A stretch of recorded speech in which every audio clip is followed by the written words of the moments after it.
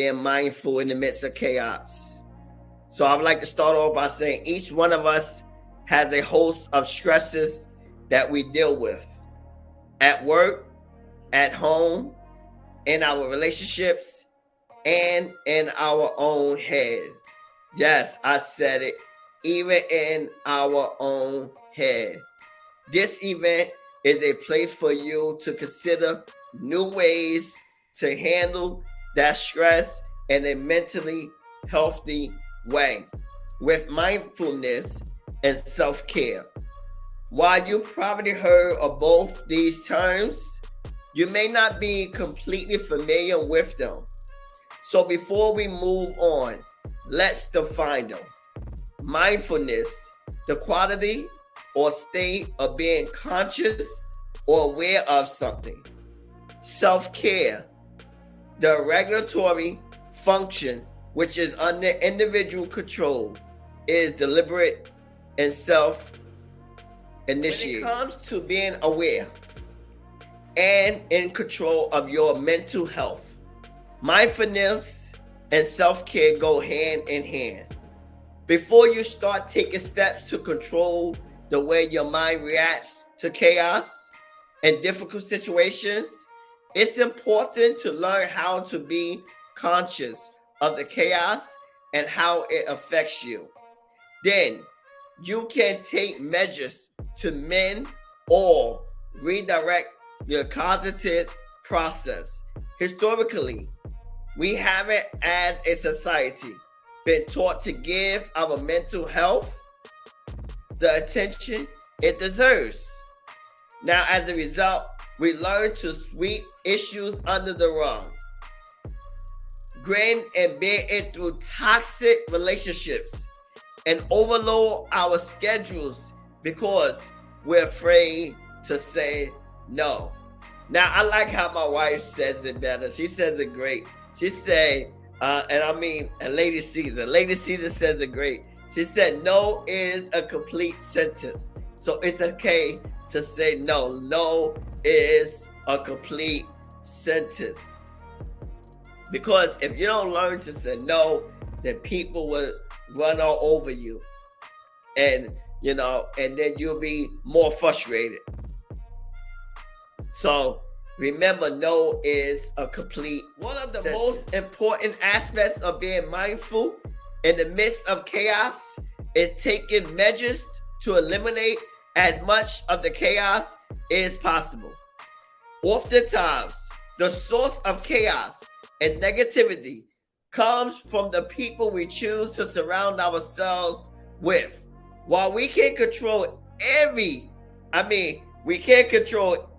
interaction we have. Let me say that again. Let me repeat that again, because this is very important.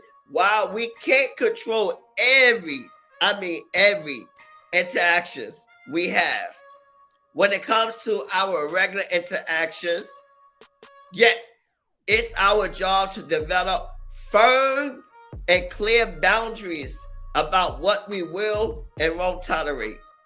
Whether it's a gossip, co-worker, an overly critical family member, or a toxic romantic relationship.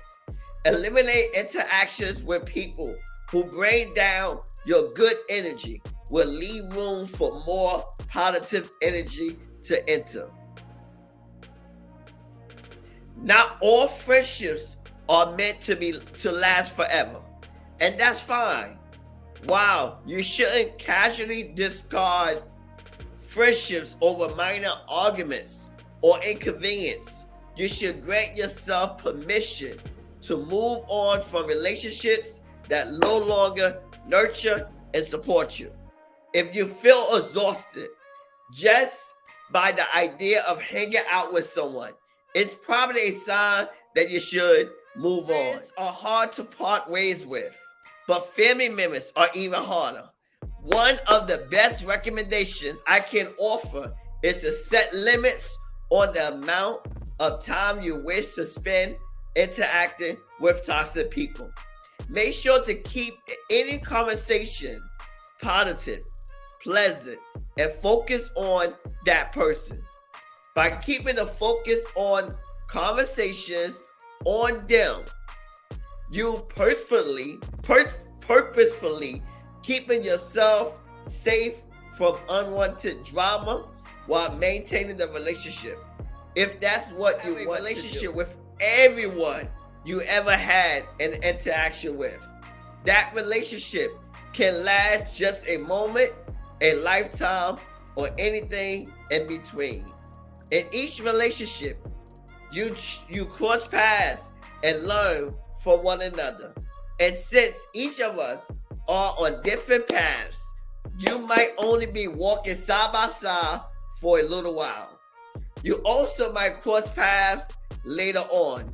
Understand that throughout your life, there will be many people who you meet, love, and learn from, and that ultimately you play a role in determining how long you walk along a certain path.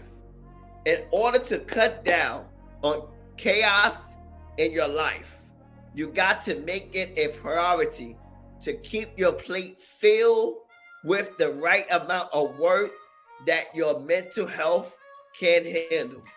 Many times, this means learning how to say no. Come on, say it with me. Come on, no. Come on, say it with me. Come on, type it in the chat. Just say no. We gotta learn to say no. It's okay. We gotta learn to say no. No is not a cuss word. No is not a bad word. Sometimes we need to learn to say no so that we're able to keep our sanity, so that we can keep our mental well-being on the right path. So, come on, just say it with me. No. Sure, you might feel guilty the first few times you turn down the people who ask you for favors, but it will get easier with time. I'm telling you, it will get easier with time. As you practice, remind yourself why you saying no. Come on, just remind yourself why you saying no. Because at the end of the day, we want to be mindful in the midst of chaos. Offer those reasons to the person if you feel comfortable doing so. And remember that by saying no, you in turn saying yes to things that you do want to spend your time and energy on, because there's not enough time to do it all. Come on, I want to say that again. There is not enough time to do it all. So this is why you say no. No to chaos, but yes to yourself. Come on, yes to yourself. Come on, just repeat. I'm saying yes to me. Come on, type it in the chat. Comment. I'm saying yes to me.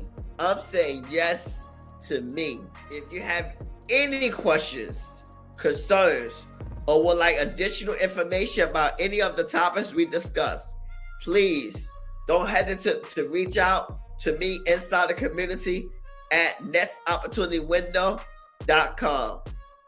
Yes, that's nextopportunitywindow.com. If you want to reach out to me, if you want to join the community, if you want to join the movement, you need support, I am here for you.